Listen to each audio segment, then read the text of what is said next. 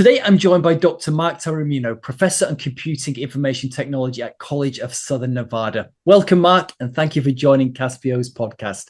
To start us off, Thanks. please introduce yourself and share with everyone a little bit about your role at the college.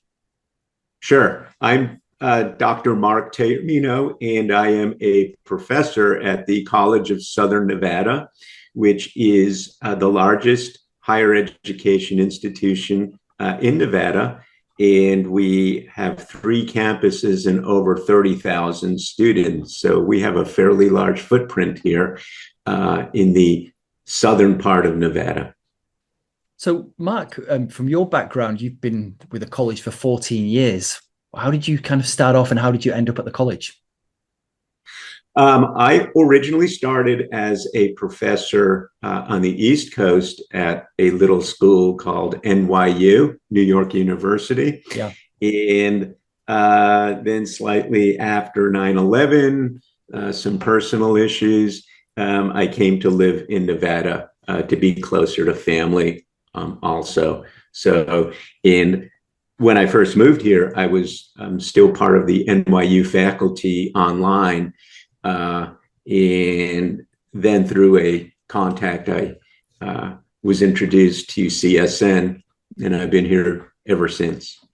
Yeah, thanks for sharing that. It's a really interesting background. And we were just talking before we started this. The college has been around for 54 years. It was established in 71, I think it is. So it seems like it's growing really fast.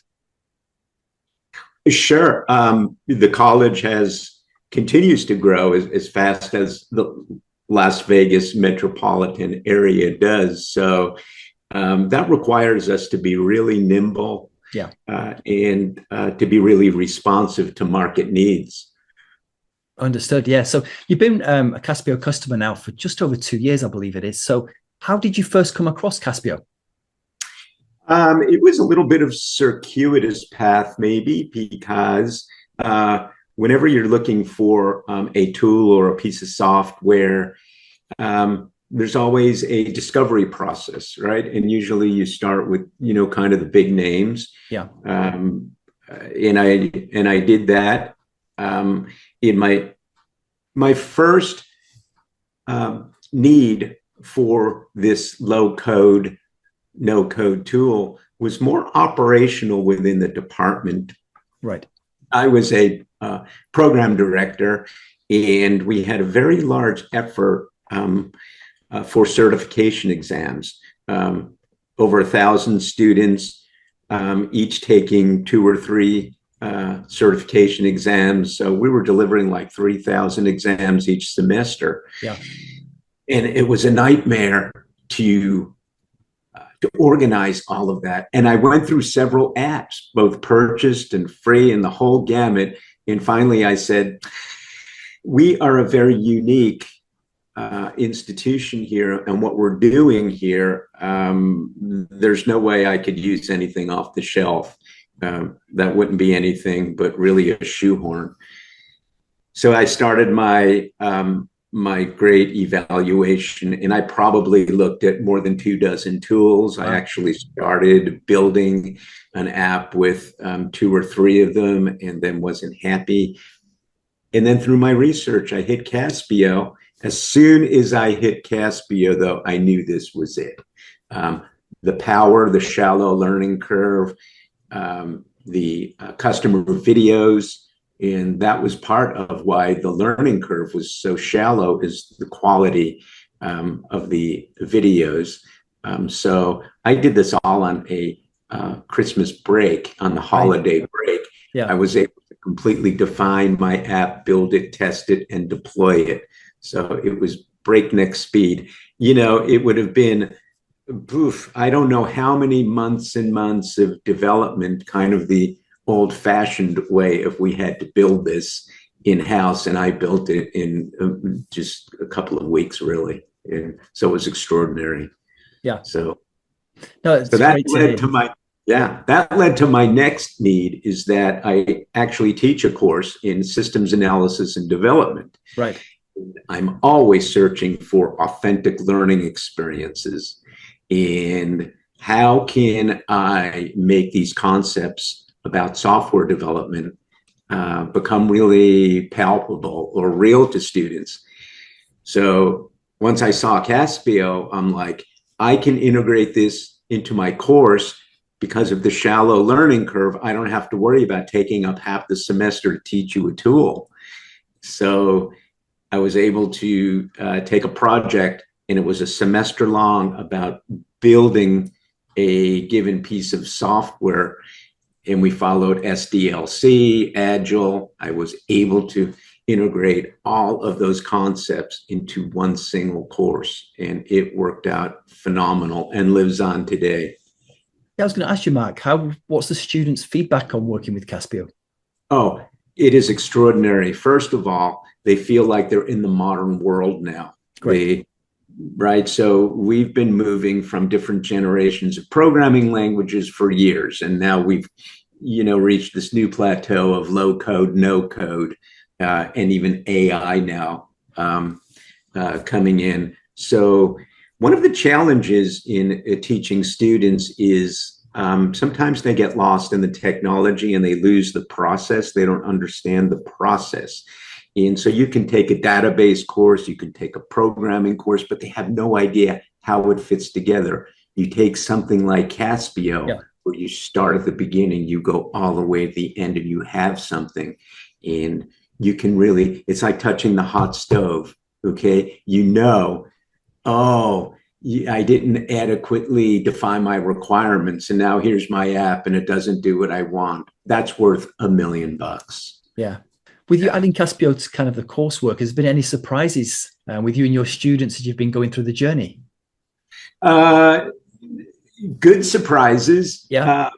I'm able to double down on other concepts, such as understanding database, because the root of every application really is the underlying data. So I loved and do how Caspio allows students to create a database schema, see it visually, to play with it, look at the data types. All of this reinforces their other coursework. And just coincidentally, a couple of weeks ago, I got an email from a student that graduated, and he's out now working in an IT shop developing software. And it was very nice. He's like, I think about you every day, because everything we learned in that process, from requirements to finish, I'm like now the superstar in my department, and I'm brand new. So I was very pleased to hear that. Yeah, I bet it is. I bet it's kind of heartwarming for all the good work you've been doing to get messages like that. It's I'd be interested to know, really, do students think a little bit differently now with software development when you're talking about Caspio and low code especially? And it sounds like you've got students that are moving on to bigger and better things type things, but you've had a positive impact so much on those students, which is kind of really good to hear. Absolutely. Students fall into different buckets where they've heard about it, but nobody's talked to them about it. And that was always a good thing. I was always pleased to be the catalyst for that. But then we had students that, I never heard of any of this. I thought you just showed up to work one day and pulled out the keyboard and just started typing code. And they didn't know all these productivity tools have been in the market for quite some time and are leading the industry now, especially in small and medium type businesses that don't have robust IT resources. So now you can do a lot with a little, so to speak, with a minimal investment. We have what we call citizen programmers even. I mean, there's the whole gamut now of development in the industry that, let's say, even 5 years ago, we really didn't have that option. So it really is quite revolutionary. Yeah, we've just recorded a podcast with an author and influencer, Phil Simon, and his book is all focused around citizen development. And it's interesting to get his take on this in terms of people that would have no technical background, no interest in that, have built some amazing applications by using low code and working with companies like Caspio. And it's really helped them save not just dollars in terms of not having to go out and use developers that are expensive, but also as well, it saved them time as well by being simple to use and being able to create some amazing applications off the back of it. So I can only imagine from a student perspective, once they get involved with this, look at the tutorials, working closely with you, what they can really build with low code. Yeah, it's the consummate definition of kind of computer science. Yes. And it's just, the definition is to solve problems. And we solve problems using technology. And the students really were amazed just thinking all the different things they could do, all the problems they can solve. That just kind of democratized the whole technology stack. Let's face it, a lot of applications that we build these days in all kinds of organizations are fairly simple. Yeah. As compared to maybe enterprise wide. That's not what we're talking about. And there's a huge need for that. And a lot of organizations clearly don't have the software to support what they need because they can't afford it. But now kind of do it yourself, right? Kind of what the Home Depot did for homeowners, right? You can go do it yourself. Yeah. So it's a very exciting time for students in higher education in the technology area. Even though there's, a lot of change, but change is good, right? So I was going to ask you about that, because obviously higher education and students, the work that you do, and outside of that industry, technical kind of changes happening so quickly, especially with AI, and that's impacting so many different industries. No really industries immune to it. Are you seeing any changes with your students and their expectations? Yes. First of all, students are always nervous, and this has been going on since I was in college. Right. Oh, I'm going to get out and there's going to be no jobs because we're going to automate everything. And it's like, no, we actually create more jobs, but different types of roles. So the more that you know, and a lot goes right back to your critical thinking skills and your awareness of things. Things are getting a little easier to figure out because we have so many knowledge resources available these days. But you have to know, where to go, how to do it, and being aware of, well, I can use a low code, no code app here, and I could bring this to production in, 2 weeks instead of 6 months. In time is money, right? And organizations are focused on productivity. And that's what all of this is, whether it's AI, whether it's low code, it's all about productivity.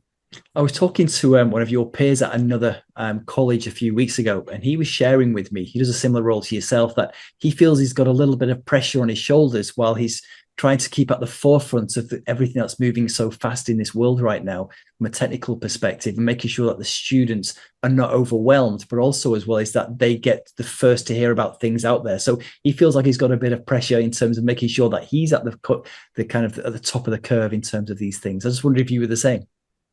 Oh, I'm absolutely drowning every day.